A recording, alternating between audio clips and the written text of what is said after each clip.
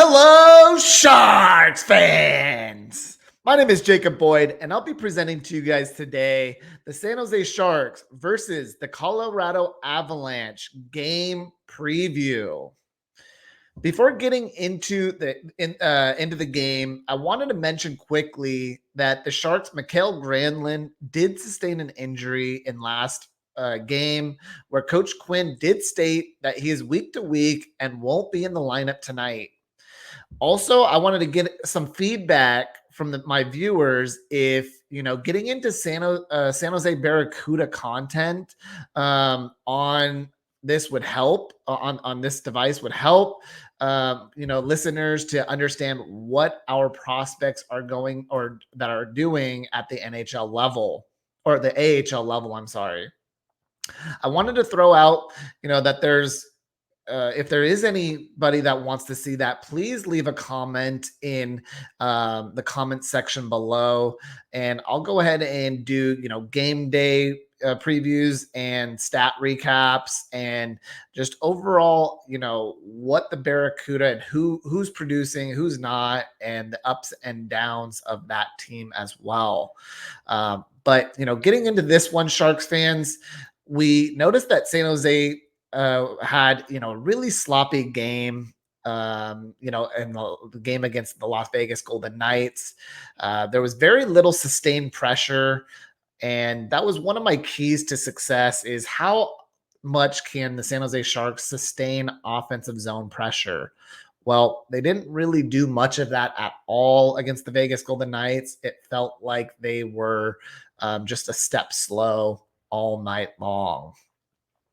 But, can the San Jose Sharks, do the necessary things against Colorado in terms of having that offensive zone sustained pressure with the changes that I'm going to talk about that David Quinn has done some lineup changes to overcome some of those offensive shortfalls in last game.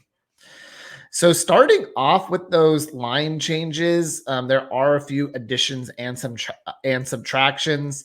The Sharks have, line combinations of line number one is Zadina, Hertl, and Duclair, meaning that Anthony Duclair went from the third line last game all the way up to the line number one this game. And this is what I felt would happen to start the season with Duclair on this line. But, it didn't happen per Coach Quinn because he felt that Mike Hoffman earned his spot at that top spot on how he was playing throughout training camp and throughout the preseason. I tended to agree. I thought Hoffman was great, in those preseason games and in training camp, yet he did not do much at all in game number one. So Duclair takes his spot here in line number one, across from Zadina and centered by Hertl. So that means that,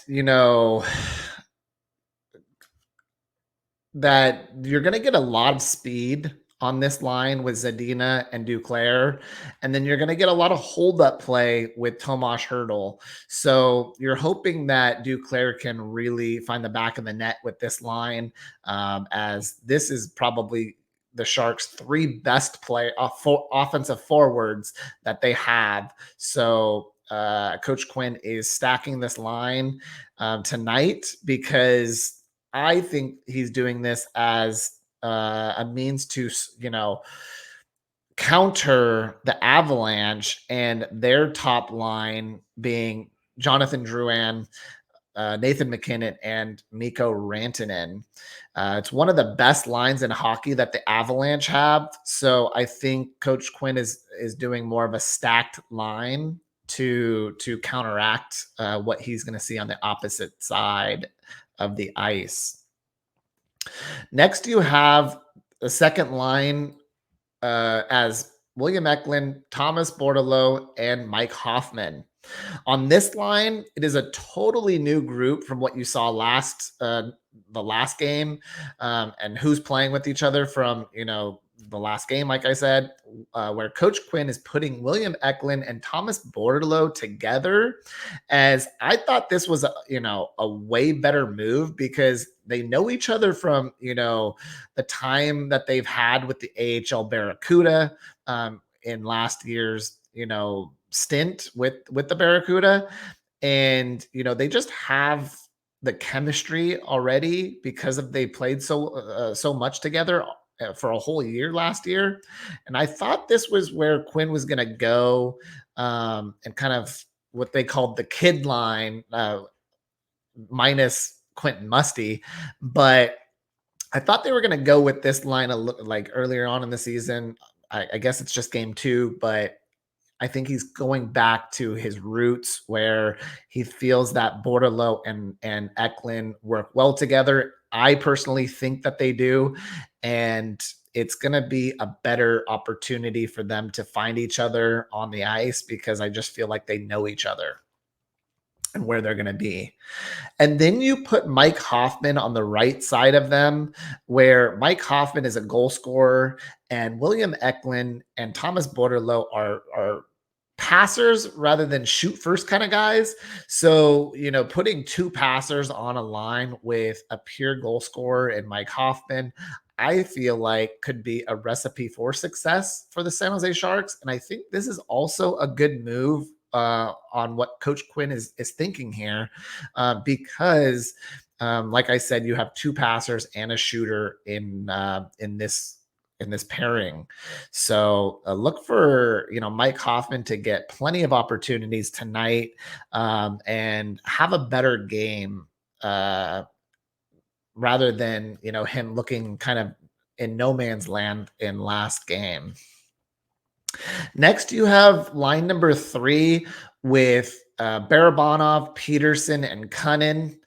Let me go ahead and sorry, I forgot to show you guys the lines, but here's the lines. But yeah, the third line you have Barabanov, Peterson, Cunnin. I'm hoping that Barabanov plays with a lot more energy tonight, as I thought he was one of the biggest disappointing players that, I had high hopes for, coming into the season. So hopefully, bringing in Jacob Peterson and centering this line brings back, that good chemistry, like they did last year.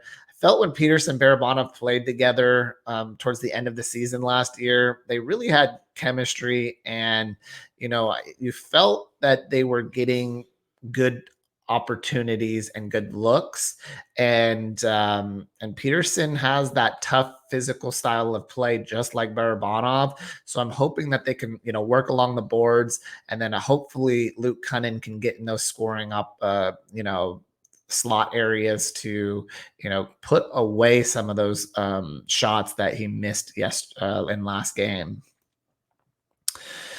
Next, you have line number 4 with Giovanni Smith, Nico Sturm, and Fabian Zetterlund.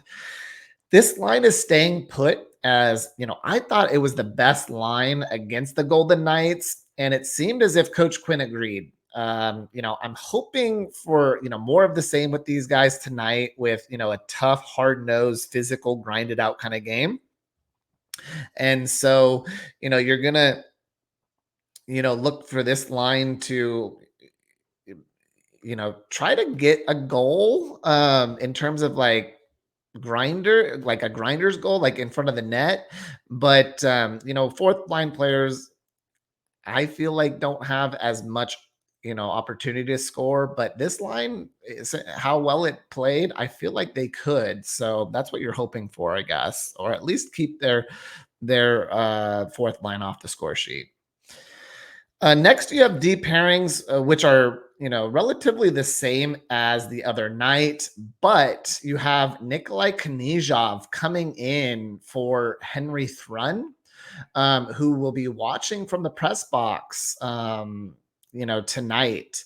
So I think Sharks fans will see rotating door here. If Sharks have a bad night on the defensive groupings, you're going to see one of these younger defensemen step in and try to take that spot. So you're hoping that Knyzhov can really play well tonight and, cement his, opportunity to come into the starting lineup night in and night out. So I'm looking for what Knyzhov can do in this game. And I'm also looking for, the other demon in Ferraro Burrows and Vlasic and Benning to really step up, because I personally didn't think that any of the defensemen really had a good game at all against the Golden Knights. And you hope to see the improvement out of them. And, they're going to be fighting for their, you know, ice time as well, moving forward. It's not just Thrun who had a bad game. I feel like all of them just had okay games, and then they had some letdowns for the goals. So I think that's going to be it for me tonight. Before this game versus the Colorado Avalanche, you know I look for the Sharks to take the victory tonight against a tough, opponent in the Colorado Avalanche. They're going to really have to show up tonight against another good potential playoff team. So, Sharks fans, this might be another rough one too, but you're hoping that they can, show a little bit more effort through 60 minutes and not just give a 40-minute effort. But yeah, that's going to be it for me, guys, for my preview. Look for my Sharks Avs game review tomorrow. If you like this content, please drop a like on this video. And thanks for stopping by, Sharks fans. Peace.